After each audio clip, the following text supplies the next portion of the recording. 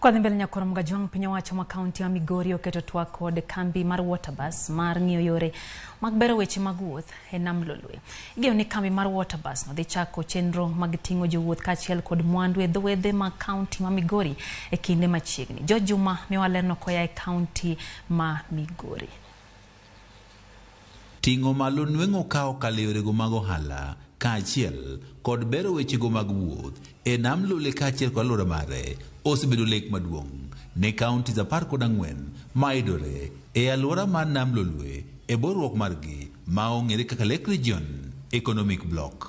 E kinde romo margi e kaunti ni ma Migori dwe mar adek mar higani, Roma nokelo joket mwandu twak otende kod yore ma inyalo losgo mwandu e nam lolwe kaachiel kod tiyo makare kod mwandu mantie nam lolwe ne omi pek. E okang' mar chopo lekni, piny owacho mar kaunti ma Migori nitiere kod twak kod kambi mar waterbus ma igeno ni e kinde machiegni dhi chako chenro mag bero wechego mag wuoth e nam lolwe. E ndalo duto ji osebet mana kago ohand lupo kende e nam. To wang'eyo ni nam ka gik minya tim kode odhuro.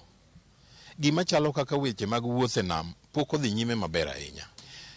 Temo mondo mi engage gi jo waterbus mondo waket water transport obed real and viable. Kech waringe counties mamoko gi to Migori nyaka nene wasetemo pok wayudo jomoyawo na dhot morwako kaka kawuono. Omiyo sirikal kawuono korwako wa to wabiro mondo wabed piny wa discuss wang'i routes modwaringe. E kinde mar romo achiel, kambini mar waterbus osebedo katimo nonro e nam lolwe mar ng'iyo yore ma waterbus magichano kelo mondo koro kony e yorego mag wuoth nyalo luwo. Gini ohala ni kichake nyaka itim gimoro survey.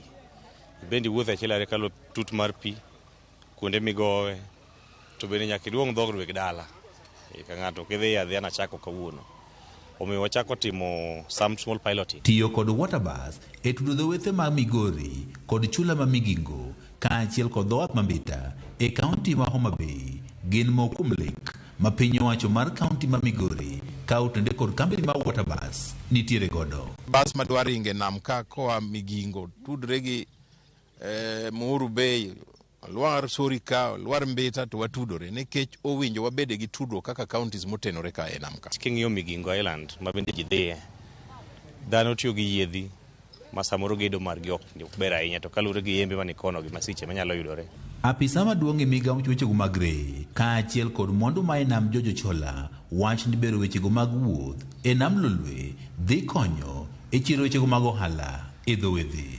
Ndo wane kaka wanyalo konyo jothurwa mondo wa open up Migori bendo bed mana kaka kuonde mamoko. Wadwaro kelo lokruok madieri e Migori kae bo sirikando chiloni.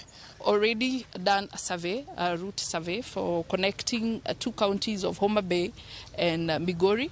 That's giving people people in the location an opportunity to go to the busy Sori market. And with that, that's a route that we should commence in the next 2 weeks. Because everything is aligned, everything is ready, we just have to do an official launch. Nyaka sani thoth johala kaachiel kod jowuoth madhi e chula ma Migingo kod dho wedhe mamoko e kaunti ma Migori kod kauntis mamoko kaka Homa Bay osebedo mana katiyo kod yiedhi ma bende ok nyal ting'o ji kaachiel kod osigo mathoth. Geno koro nitiere ni poni koro waterbus koro chako ti to koro bedo chenrogo mag wuoth kaachiel kod ohala e nam lolwe kaachiel kod alwora mare. Juma, Ramogi TV, Migori.